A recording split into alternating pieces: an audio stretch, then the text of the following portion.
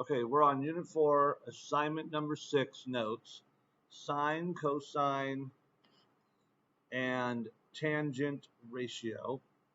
So, a couple of things about this. I'm going to give you some definitions.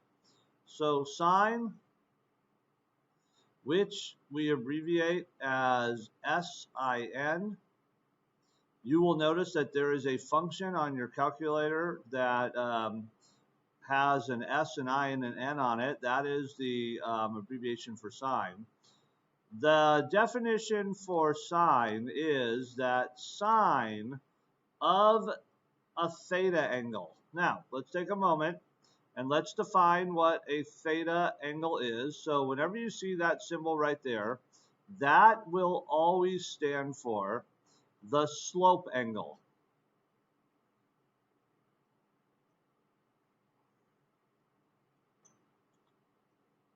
In a right triangle.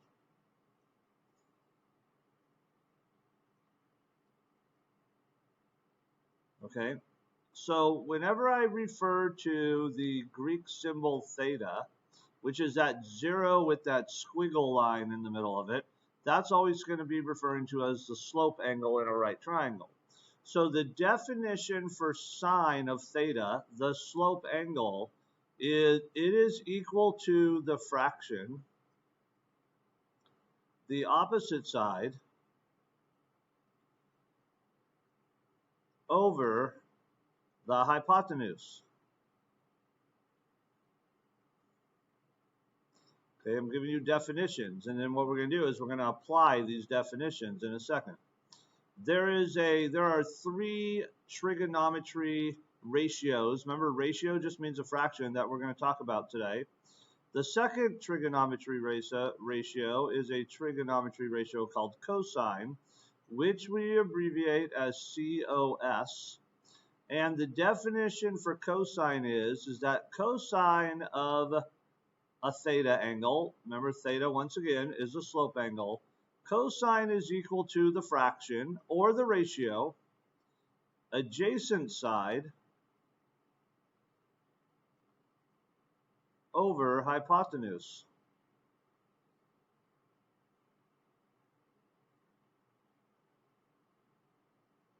And then the third trigonometry ratio that we're going to talk about is tangent. This is something that you have heard before in this class, but we're going to give it a formal definition today. We have never given tangent a formal definition. Tangent, which is abbreviated as TAN, its definition is that tangent of the slope angle is equal to the opposite side over the adjacent side. So opposite side over the adjacent side. So the one thing that you learn is that whenever we apply the concepts of sine, cosine, and tangent, you will always express sine, cosine, and tangent as a fraction, okay? Now, what you have noticed is that I have added diagrams, right triangles to be exact. One of them is going to represent how we're going to use sine, cosine, or tangent to find a missing side in a right triangle, x, y, or w. And if you notice that, and this is very important, every one of the triangles is positioned so that the theta angle, in other words, my slope angle, is always positioned right there. That right there is my theta angle, my slope angle. It's always positioned so that it's at the bottom left of the right triangle. So one thing that I really would encourage all of you to do is that when you're using these sine, cosine, or tangent ratios to help you solve problems, always rearrange, rotate, reflect at the right triangle so that the slope angle is always down there at the bottom left, okay? Now, if you notice that in I'm talking about the triangle in red here, The side that where the 12 is on, that side is the hypotenuse. Okay, so this side right here of the red triangle where the 12 is on, that side is the hypotenuse, and the side where the x is on, that side is considered the opposite side. Okay, and the reason why the side where the x is on is considered the opposite side is because it's the side of the triangle that is opposite of your slope angle.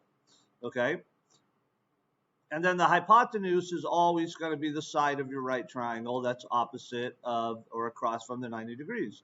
So what this does is this creates the fraction for me, opposite side over hypotenuse. This creates the fraction x over 12. Okay, so I'm going to have a fraction x over 12. All right, opposite side over hypotenuse. Now, whenever I have opposite side over hypotenuse in a right triangle, this tells me by the definition up here, I am going to have to use sine to help me solve for this problem. So what you do is that you use the definition that says this right here. It says, the definition says sine, watch what I'm going to do, of the theta angle, which is 20, is equal to the fraction opposite side x over hypotenuse 12. Okay, so this right here is the equation that I am created in order to solve for x. Okay, now once we create the equation, we're going to need a calculator for this, and I'm going to go to Desmos.com so I can show you how this looks on a calculator. Whenever you're using sine, cosine, or tangent, you want to use a scientific calculator. So I'm going to go to a scientific calculator, and you can see Desmos has sine, cosine, tangent. I want to know what is sine 20. Okay, there's a decimal for the sine of 20.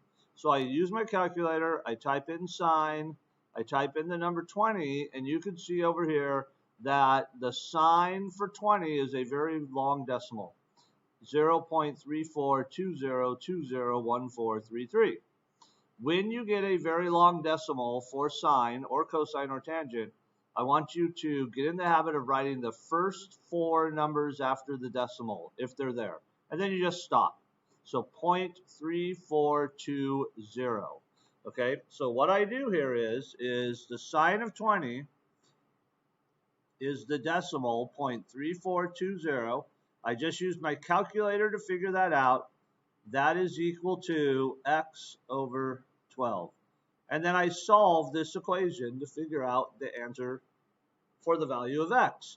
And the way that you solve these types of equations is that you go to the fraction, and whatever is on the denominator of the fraction, which in this case is 12, you multiply both sides of the equation by the value that is on the denominator of the fraction, 12.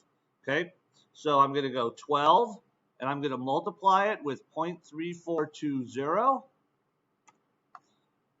12 times 0.3420. That is 4.104.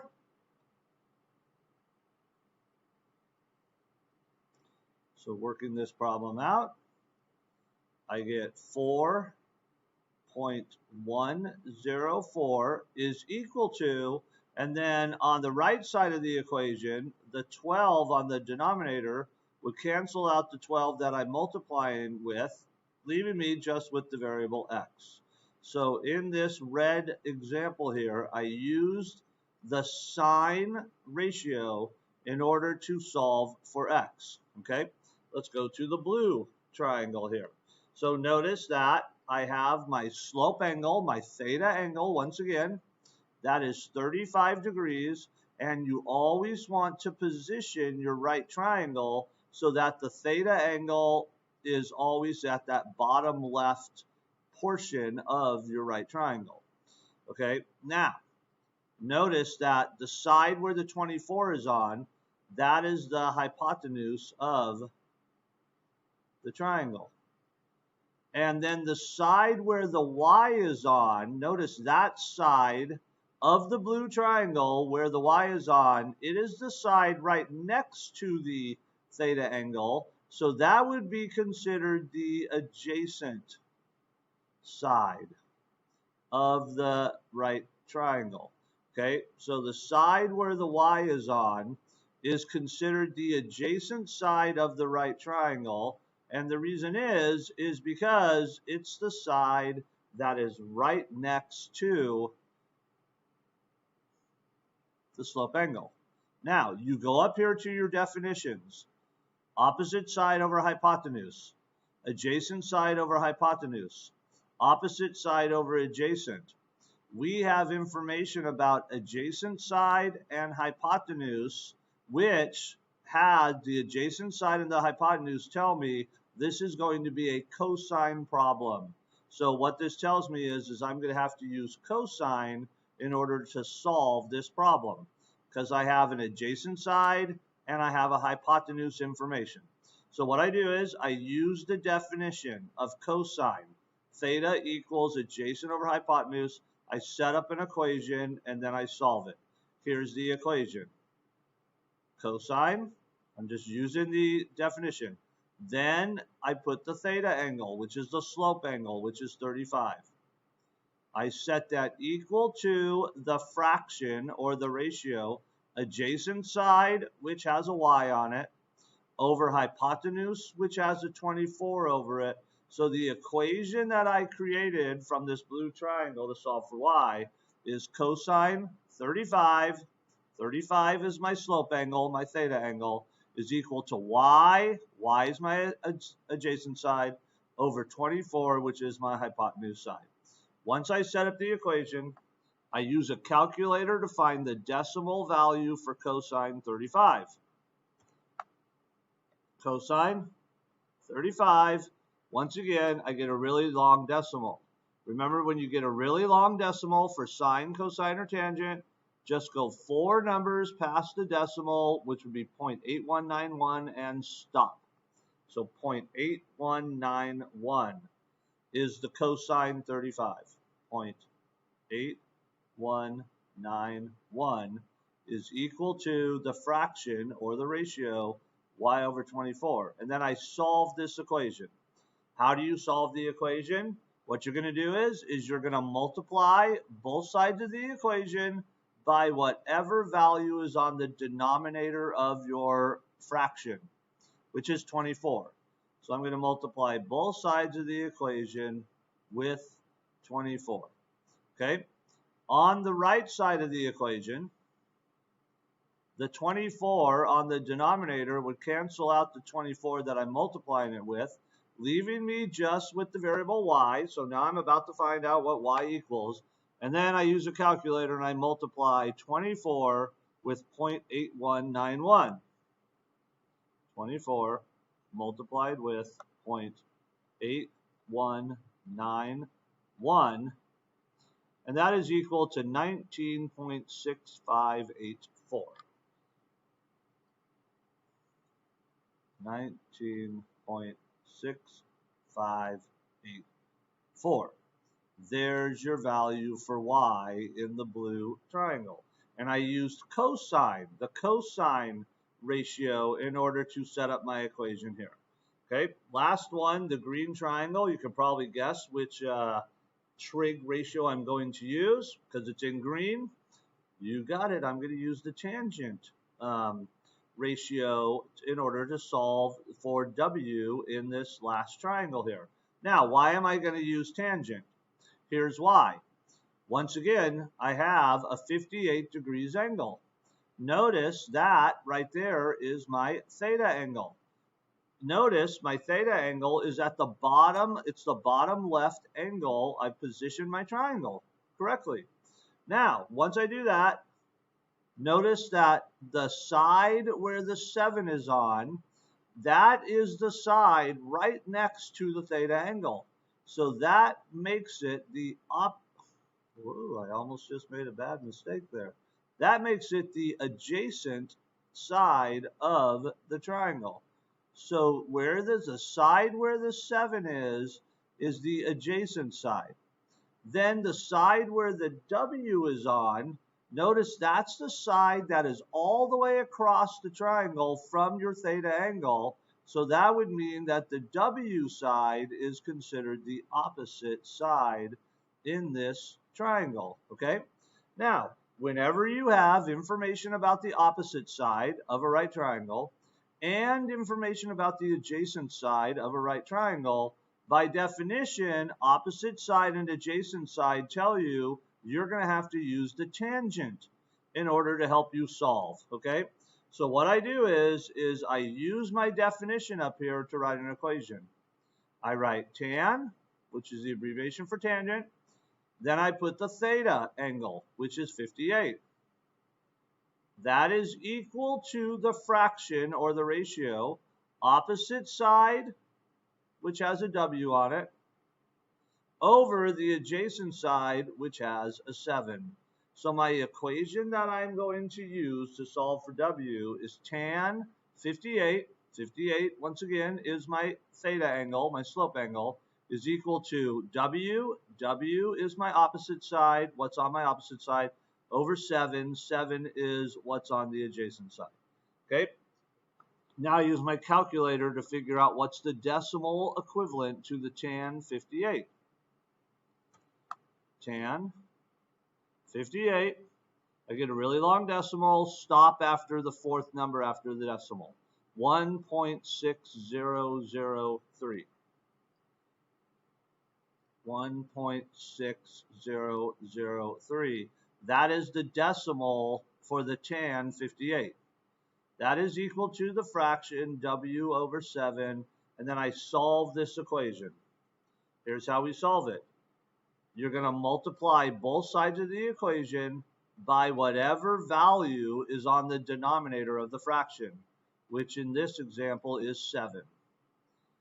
Going over to the right side of the equal sign, the 7 on the green 7 on the denominator is going to cancel out the gray 7, which is on the numerator, leaving me with just W. That's awesome because that's what I want to solve. And then to solve for W, I just multiply 7 with 1.6003. 7 times 1.6003. It's 11.2021. 11.2021 is W. Okay? So here is 3 examples of how to use sine, cosine, and tangent. You're going to do this much more in the next coming days with assignment 6 and assignment 7 and 8. And eventually, right now, it might seem like your head is spinning a little bit, but you'll get it, you guys. Okay? We'll figure this out. All right. Let's go to the next part here of the notes where it says making a tree diagram and answering probability problems. Okay, so one's home today. Here's the problem. One's home today. Clay wants to exercise by either running, biking, rowing, or yoga. Once done, Clay wants to relax by either listening to music, cooking, or reading a book. Create a tree diagram to show all the different options Clay has. Then we're going to answer what is the probability he does yoga, the probability he does not cook, and the probability that he bikes and then listens to music. Okay, so first of all, let's start with the tree diagram here. Okay, so we're going to start right here with our tree diagram. That's going to be starting. That's Clay right there. Hi, Clay. Okay, Clay gets home. He has 4 options of what he can do. Run, bike, row, yoga. So the first thing that I'm going to do is in my tree diagram, I am going to grow 4 branches. Kind of like that. All right. I'm going to redraw it so I don't run out of room here.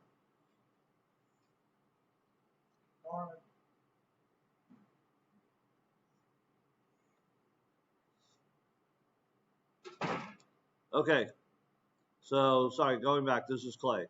So I'm going to draw 4 branches to represent the 4 options that Clay has to exercise here. You could run, you could bike, you could row, or he could do yoga. Okay, now underneath each option, let's put the probability that Clay is going to choose each one. Since there's 4 of them, that means there's a 1/4 probability that Clay will pick one out of the 4. So there is a 1/4 probability that he'll run, a 1/4 probability that he'll bike, a 1/4 probability that he'll row, and a 1/4 probability that he'll do yoga. Okay? Now, after Clay runs or bikes or rows or does yoga, after he exercises, he wants to relax. And he has 3 options. He could listen to music, he could cook, or he could read a book. So what that means is off of each one of my 4 exercising branches, I need to grow 3 more branches. Okay, 1 for music,